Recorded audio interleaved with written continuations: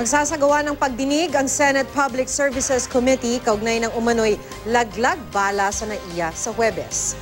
Kabilang sa mga inimbitahan ang mga nabiktima umano ng laglag bala, si DOTC Secretary June Abaya, NIA General Manager Jose Angel Honrado at ang head ng Philippine National Police Aviation.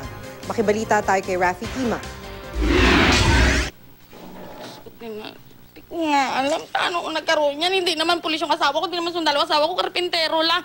Magsusundo lang sana ng kapatid ng OFW si Joby Nobleza sa NAIA Terminal 3, kaya ganun na lang ang iyak niya nang makitaan siya ng bala sa kanyang bag.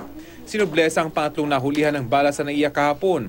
Gaya ng mga unang nahulihan, si Nobleza mismo ang pinagbukas ng mga otoridad sa kanyang bagahe. Pero sa kaso ng Amerikanong si Lane Michael White noong Setyembre, makikita sa video kung paano tila may binuksang zipper ang isang screener sa bagahe. Sinundan ito ng pagbukas at pagkapa ng isa pang tauhan ng Office for Transportation Security sa loob ng maleta. Nang tuluyan itong buksan, sa kamay nakuha ang bala sa bagahe.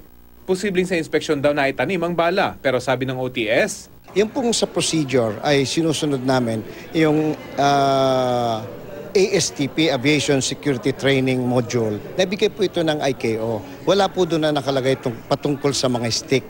Kasi po sila may certification process. Ito po ay rigid training na ipapasa nila ito bago sila ay ma-deploy sa airport. Ayon sa OTS, ngayon lang talaga nagkaroon ng no-touch policy. Dahil nga po dito sa mga pangyayari ngayon, pinag-aralan namin na siguro makakatulong din dahil may teknolohiya na, may x-ray. Ginawa muna namin ngayon, ni-restrict sila.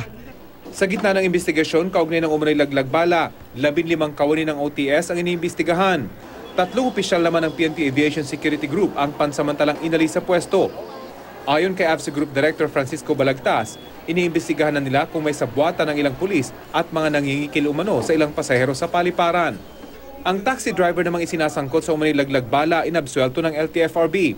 Muli kasing hindi sumipot sa pagdinig ng ahensya ang nagpost sa Facebook ng insidente kung saan nakadetalya ang pagkakasangkot umano ng taxi driver na si Ricky Milagrosa sa laglag bala modus. Balak namang pagpaliwanagin ng LTFRB ang nagpost sa Facebook na si Julius Niel Habana na naging viral pa sa social media. Balak din daw magsampa ng kaso ni Milagrosa at isang taxi operator group laban kay Habana.